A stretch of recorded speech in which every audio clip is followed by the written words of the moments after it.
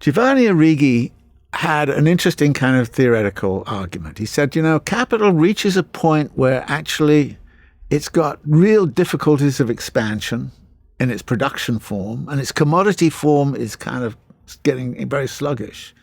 So when that happens, there's likely to be a push to create a more fluid financial system. And he documented that historically by kind of saying, well, actually, if you look at Venice and Genoa, you'll see they got to a point where they became basically financiers. Right? And as financiers, they started to actually then be much more interested in the movement of money. And I was always thinking about this, about the Game of Thrones, just to go back to that, because the Iron Bank in the Game of Thrones at some point or other comes into the negotiations because they've got the money.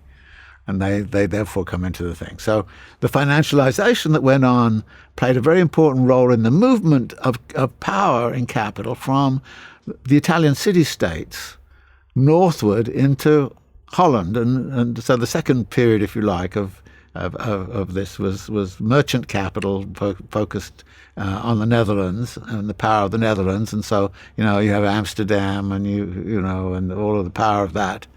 And then that reaches its limits, and you get another phase of financialization, which actually moves capital to Britain. In the sort of late 17th or late 18th century, and then of course there is the move of a financialized move from Britain to the United States, and the United States started to reach its limits in terms of its productive capacity, in terms of organizing, and in the 1980s. And so we start to see this strong movement into financialization. And the big question right now is, where's the finance actually going to go? And of course, it goes to wherever the production capacities are best.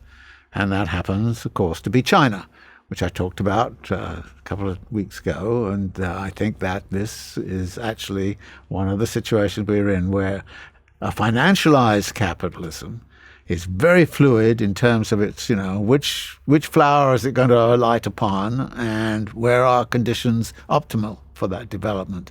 And so this is the situation we're now in.